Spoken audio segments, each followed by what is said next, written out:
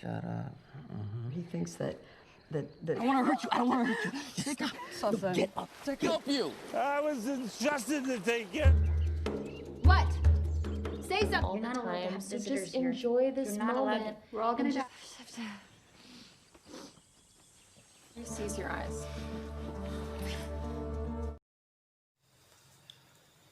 Halo Rebahin, apa kabar? Semoga kita semua selalu diberikan kesehatan dan rezeki yang banyak. Gimana hari ini? Udah makan mie sama nasi belum? Di video kali ini aku akan membawakan alur cerita film, di mana film ini bercerita tentang seorang pria yang diperkaos oleh beberapa wanita. Oke, lanjut. Nikmat, oh nikmat, susu Indomil, susu untuk kita semua.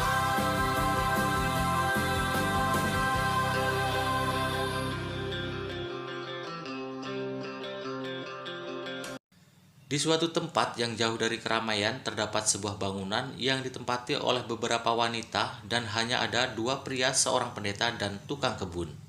Diawali dengan seorang suster yang sedang menarik keledai karena keledainya sempat kabur dan dia membawanya kembali. Ketika beberapa suster sedang berjalan dan melewati seorang yang sudah tua, dia adalah tukang kebun. Dan si tukang kebun pun tersenyum kepada suster tersebut. Tapi tak terduga, rupanya para suster tersebut marah dan langsung menghajar si tukang kebun tersebut. Karena menurut suster tersebut, si tukang kebun tidak sopan. Apes tenan. Hey, what you even do here? You can talk to us? You think you can look at us? Don't you? Is that what you're doing? We're all starving. My father is. He's raised you good money to do. Setelah kejadian tersebut, si tukang kebun mengadu kepada Tomaso dan dia berniat mengundurkan diri karena sudah tidak sanggup menghadapi kelakuan para suster. Adegan berpindah. Seorang bangsawan yang sedang makan bersama istrinya dan beberapa pelayan yang sedang melayani mereka. Setelah malam tiba, istri bangsawan sedang tidur bersama seorang pria, tapi bukan suaminya, melainkan selingkuhannya, dia seorang pelayan yang bernama Masito. Ketika mereka hendak melakukan pengembritan, tiba-tiba suami masuk ke dalam kamar tersebut dan kemudian Masito lari melalui jendela. Pada keesokan harinya, ketika Masito sedang pulang dari mencari kayu, ternyata istri bangsawan sudah menunggunya. Dan kemudian istri bangsawan pun memaksa Masito untuk melakukan pengembritan. Tapi Masito tidak mau dan terus dipaksa oleh istri bangsawan. Ternyata sang bangsawan mengetahui perbuatan mereka dan Masito melarikan diri berlari melewati jembatan, sungai, dan hutan. Dan setibanya di sungai, Masito melihat seorang sedang mengambil kain yang terjatuh di sungai. Kemudian Masito menghampirinya dan membantu mengambilkan kain tersebut.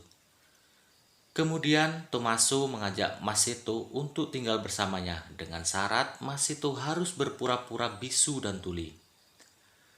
Setelah sampai di rumah, Tomaso mengenalkan Masito kepada Maria dan dia mengatakan kalau dia akan menjadi tukang kebun yang baru dan dia mengatakan kalau Masito tuli dan bisu.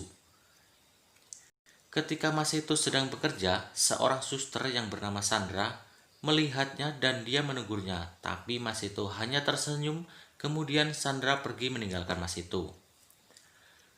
Ketika Masito sedang ingin memperbaiki sesuatu, dia melihat suster lalu dia tersenyum.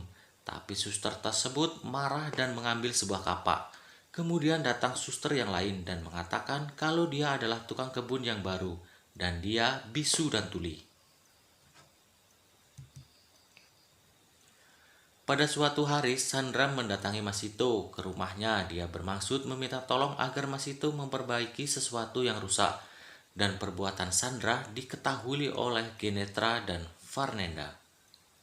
Pada malam hari, para suster minum anggur dan mabuk. Mereka pun saling menggesek satu sama lain. Gesek apa ya? Who are you? Hi, That's Marta. I'm Mata. I sound just like She's from you. here. You're not from Garfaniana. Yes, she is. Yeah. I'm gonna tell Mother Maria. Why are you always telling on Why are you people? choking? Matters in life. We're all gonna die. Terrible. Drink a little wine. Oh, guys, it's bad. I don't feel well. Karena sudah larut malam, Fernanda pun mengantarkan Ginevra yang mabuk. Setelah sampai di kamar, mereka berdua melakukan gesekan enak. Ketika Masito sedang bekerja membuat selokan, tiba-tiba Sandra mendekatinya dan mengucapkan terima kasih atas bantuan Masito kemarin. Dan sebagai ucapan terima kasih, Sandra memberikan sapu tangan kepada Masito. Dan Sandra merasa hari itu sangat panas. Kemudian Sandra melepaskan kerudungnya dan tentu saja Masito jadi nggak karu-karuan setelah melihat leher Sandra yang bersih. Dan kemudian mereka melakukan pengembritan, tapi gagal karena mereka tersadar itu terlalu terburu-buru dan belum saatnya.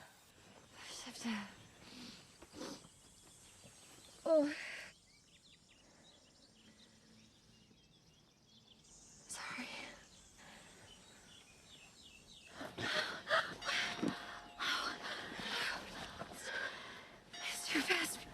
We should stop. Bye. Ketika Sandra bertemu Ginevra dan Fernanda, dia terlihat beda. Dia sangat gembira. Dia mengatakan kalau dia telah membantu Masito membuat selokan. Kemudian Fernanda dan Marta mendatangi Masito dan mengancam menggunakan pisau. Dan ternyata Fernanda dan Marta ingin memperkaos Masito. Tentu saja Masito pasrah dan melayaninya. Close your eyes.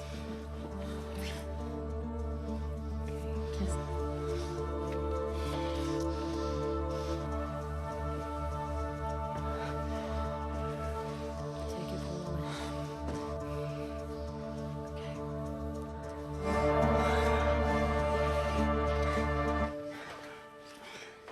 He'll do. Pada suatu hari, Masito menyelinap ke kamar Sandra melalui jendela. Kemudian mereka bertarung sangat sengit.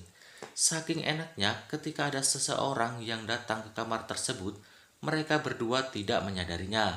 Setelah mengetahuinya, Masito pun terkejut dan bicara. Kemudian Masito bersembunyi di bawah ranjang. Setelah itu Masito pun pergi. Karena Sandra merasa belum puas, maka dia mendatangi rumah Masito dan mereka berdua melakukan. Tapi apes belum juga enak, tiba-tiba datang Ginevra. Sandra pun langsung bersembunyi dan Masito pun berpura-pura tidur. Ginevra pun langsung mendekap Masito dan menindihnya. Ketika sedang asik, tiba-tiba datang Fernanda dan Ginevra pun langsung bersembunyi. Ketika bersembunyi, alangkah terkejutnya dia ketika melihat Sandra. Rupanya mereka sama-sama sembunyi. Apes banget Masito. Mau enak nggak jadi-jadi. Sabar kawan. Semua itu akan indah pada waktunya.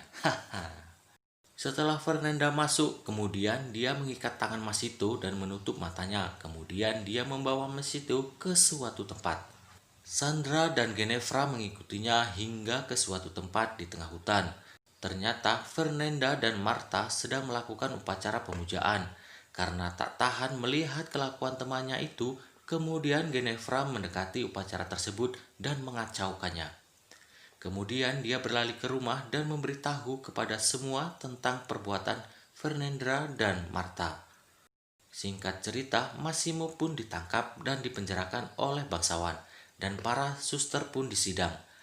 Maria dan Tamusu dipecat. Ketika Masito di penjara, dia diselamatkan oleh 3 suster yang pingin banget diemprit oleh Masito. Dan Masito pun bebas dan tamat. Sungguh lelaki yang sangat beruntung. Seandainya... ya sudahlah. Jika kalian suka, boleh subscribe, komen, like, dan bagikan ke teman kalian agar teman kalian tahu apa yang kalian tahu. Sampai jumpa di video selanjutnya. Salam cocot.